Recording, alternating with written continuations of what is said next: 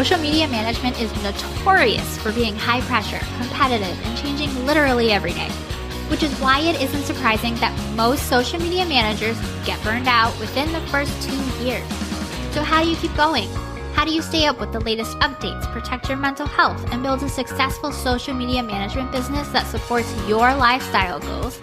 Whether that's working from home with your kiddos or jet setting around the world, that's what this show is all about. Welcome to Social Media Manager Confidential. I'm Shantae Gorman, founder of a 6-figure social media management agency and mentor to social media managers.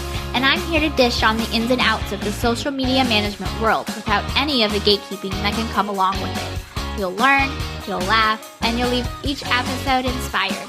Let's dive into today's episode.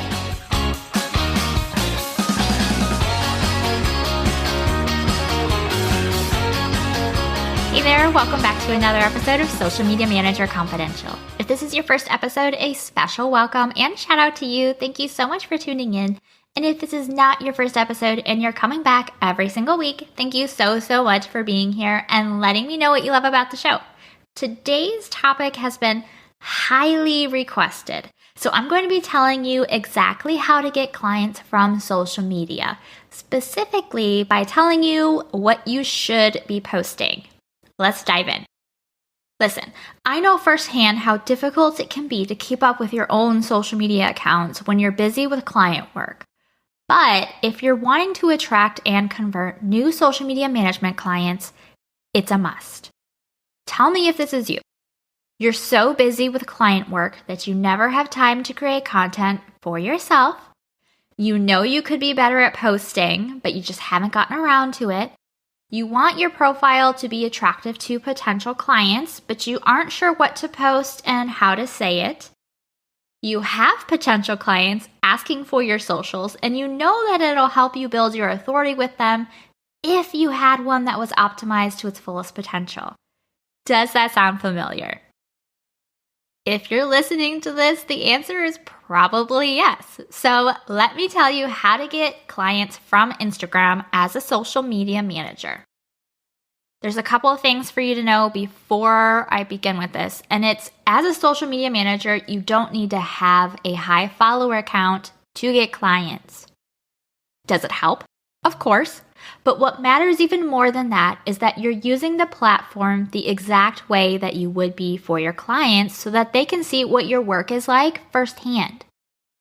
As a social media manager who needs new clients, you should be treating your own account like you would a new client's, which means posting consistently with content that is going to attract and convert. So let me tell you a little story. When I was a college student, I took a direct sales job, which was especially tough because, as you probably know, I am an introvert. And so this really pushed me out of my comfort zone. But one of my jobs in that direct sales company was to walk around the grocery store, approach customers just going about their daily business, buying their groceries, and then pitch them the product that I was supposed to be selling. Sometimes this was skincare, sometimes it was makeup, sometimes it was self-tanner, sometimes it was like a nail buffer. During my trainings, they emphasized how important it was to get the product in the customer's hands, like physically hand it to them while you talked to them about it. So then when you got done with it, you would physically have to take it away from them, when you were done pitching. It gives them kind of the taking it away effect, that little bit of that FOMO of like, I have it and now it's no longer my possession. I kind of want it back. So if you listen, so just know, I'm going to tie it all together in just a second, but just know it isn't just about the content itself. It's about representing yourself as a polished professional that has your shit together. So I quit this job after a month because it was too much for me. I got super sick from it, but I did learn some pretty great sales skills that I still utilize. Well, some of them I still utilize. Other ones I think are kind of, but there's others that I did find very valuable. So when customers picture themselves using the product, they experience a stronger sense of ownership and want. They feel a sense of loss when that gets taken away, and then they feel the FOMO, the fear of missing out, especially when it's for a problem that they're really struggling with. Like they really want this, they've kind of experienced what it's like having it, and it's even more painful when that gets taken away.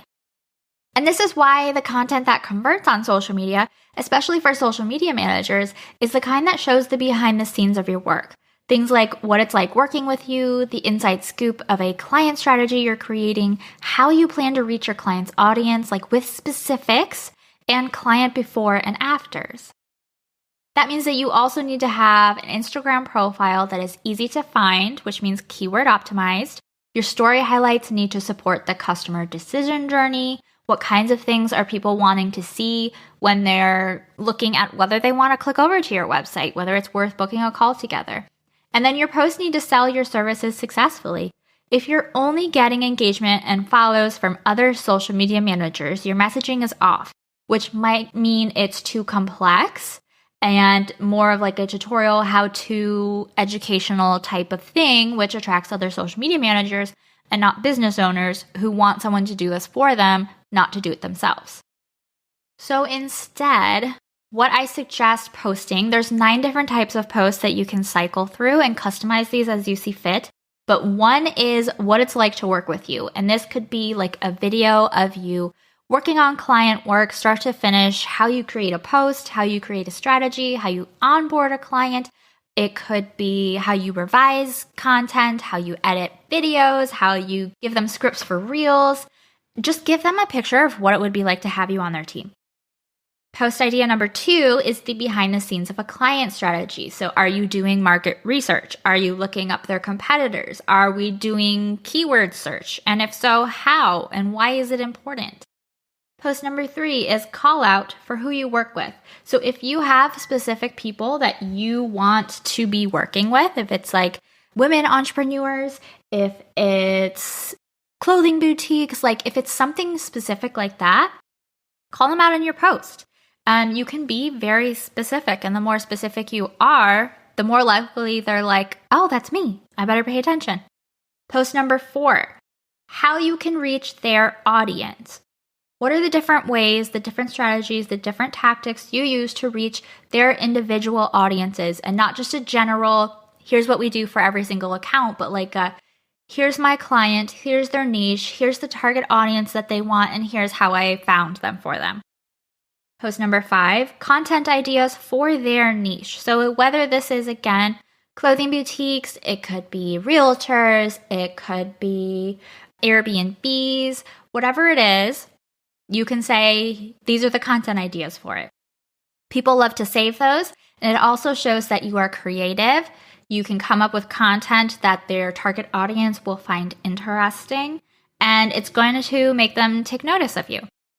Post number 6 is your clients before and afters, and you can block out any identifying information from your client, like their username or profile picture or anything like that.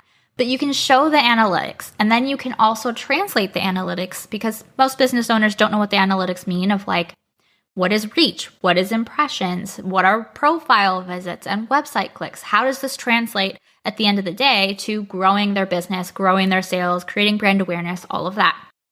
Post number 7, common mistakes they're making.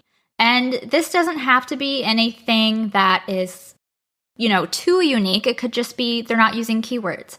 It could be they don't have a strategy based on who their target audience is. It could be that they are not posting consistently. Like there's so many things.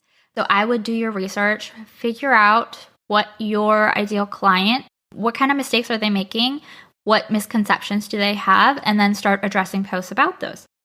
Post number 8 is the behind the scenes of being a new client. So maybe you can take them through the discovery call, the onboarding process. Do they get a client welcome gift? Like, what is it going to be like when they first onboard with you? And this will give them a good idea of what they can expect.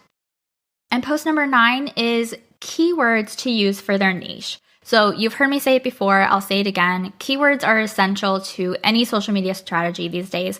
And so being on top of the best practices, knowing that keywords and SEO is important, and then telling your ideal clients, your potential clients, that they are important and here's some ideas can really help prove to them that you're an authority, that they can trust you, that you are thinking ahead about how all these platform changes can benefit them and their business.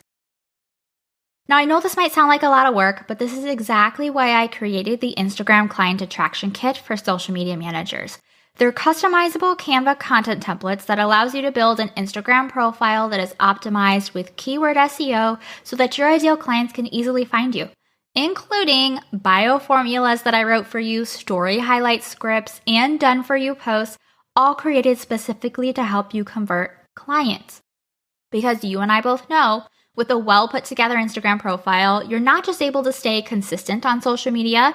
These post ideas can be recycled again and again, but you're also able to use these as a living extension of your brand. These pre-designed posts cover the buying decision journey for potential clients and use a mix of different types of content, whether that's carousels, images, or reels. Everything is already created for you, including carousel text, reels text, graphics, captions, and you're not alone. I've written a step-by-step walkthrough that provides tips and guidance on how to best implement everything based on your specific goals. And with these templates, the way that they work, you can select which of the 3 design styles you prefer, or add your own branding, customize the copy with details of your specific offers where it says, and then you can get them posted and watch the leads roll in. You can customize these as much or as little as you want. It's really up to you of what you want to do, but they make a great jumping off point. I will link them in the show notes for you so you can go check them out in the template shop.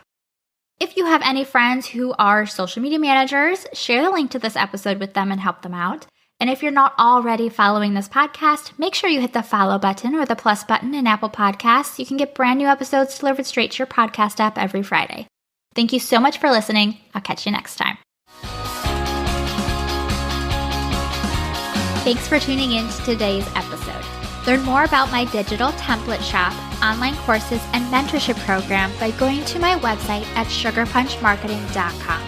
And while you're there, make sure you join my safe, supportive community created exclusively for social media managers. It's 100% free to join and packed with really amazing resources, trainings, and people. See you next time.